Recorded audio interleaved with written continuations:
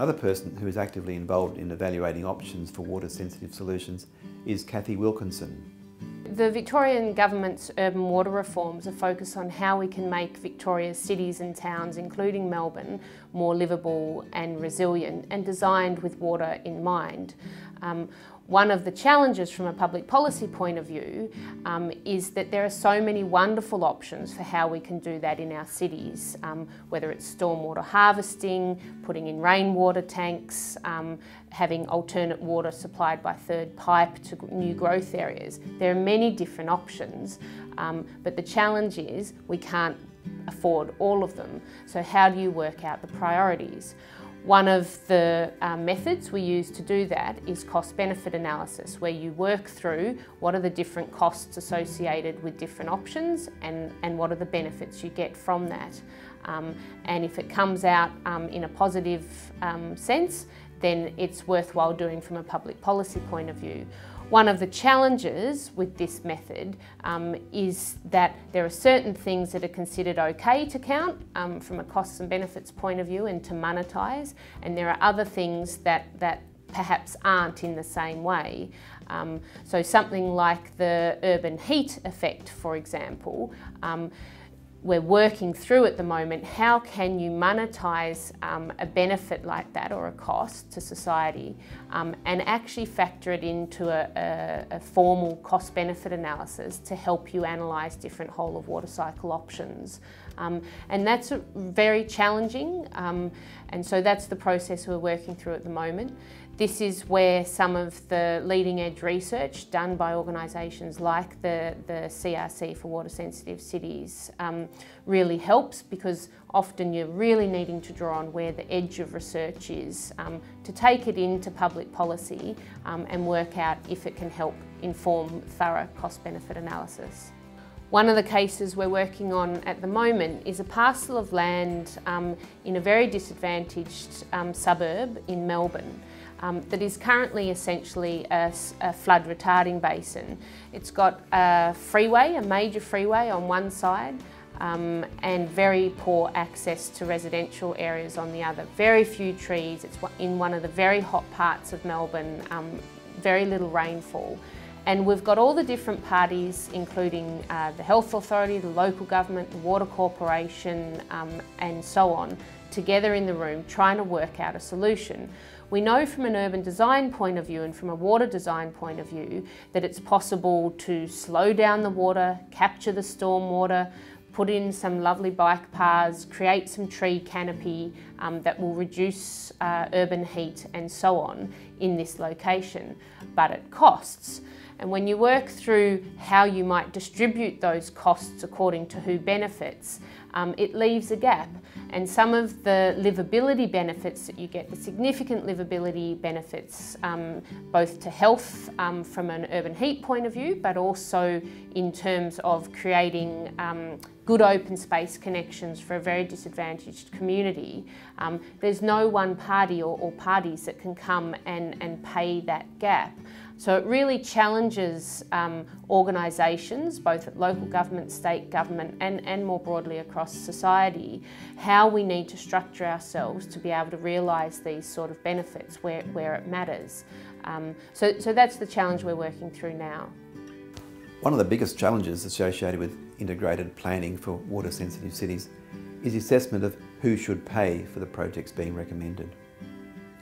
The cost-benefit analyses of the sort discussed earlier in this session will provide guidance on whether options are of value, taking into account a wide range of benefits and costs, including the benefits associated with operating or capital costs that are easily measured in monetary terms, but also benefits that are less able to be quantified in monetary terms, such as environmental improvements or public amenity associated with green open spaces.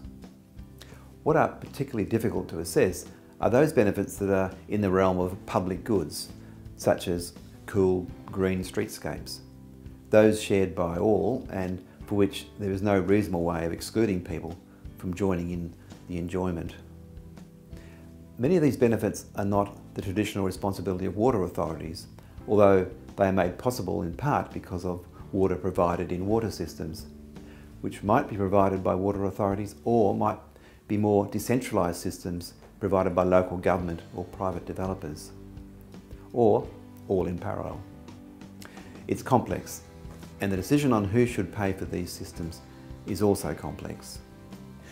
At the end of the day, having put together this sort of cost-benefit analysis for the decision, say, to preserve an urban wetland, you may come up with, well, the benefits exceed the cost, but there's the question of who should pay. And two of obvious possibilities are, well, the water company should pay because they're preserving something associated with their product.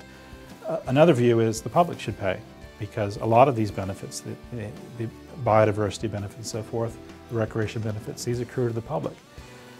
Ultimately, what we can do as economists is try to categorize who the benefits are going to and who's bearing at least the initial cost. But a matter of who should put the money forth at the end of the day is really a political question. So we can say the benefits to society as a whole exceed the cost, but who actually is going to put the money forward, that's something we don't have a lot to say about. As soon as you've assigned a value to the externalities, the next challenge you bump into, of course, well, who is going to pay? In my experience, or in everybody's experience, I think, somebody always pays for the externalities in the end. The longer you defer it, the more it builds and the more of a shock it can be in the end. The classic example I always use is, if the price of water provided to farmers included the environmental impacts, then maybe we wouldn't have bumped into the salinity problems that we did through overuse of the water. So really it is a critically important issue about who should pay for the externalities, and the quicker you identify what they are and who should pay, the better off we'll all be. We ended up looking at a number of factors. What we ended up doing is trying to look at the value of the externalities from each stakeholder's different perspective. And that helped us identify who were the beneficiaries and probably then who should pay. And in the final analysis, very rarely did the externality benefits accrue back to the utility. So what became apparent then was that the utility needed to have some incentive or some authority to include the externalities in their business cases. The other critically important factor here is to have open and transparent analysis and an audit path back to the key decisions that you've made, because you do want to garner support from your stakeholders. You do want some agreement on the base case and the hurdle rates against which you're going to be comparing your alternatives. In the final analysis as well, it's quite often a political decision. I think politicians' core business is making decisions, triple bottom line decisions, balancing the economic, the social and the environmental issues. And they too need an objective analysis that they can refer to help them make the right decision. Community consultation can certainly assist in this whole process, there's no doubt. But it's also very difficult to get informed opinions, because quite often it's difficult for community members to commit the time they need to fully understand the nature of the game that you're trying to play.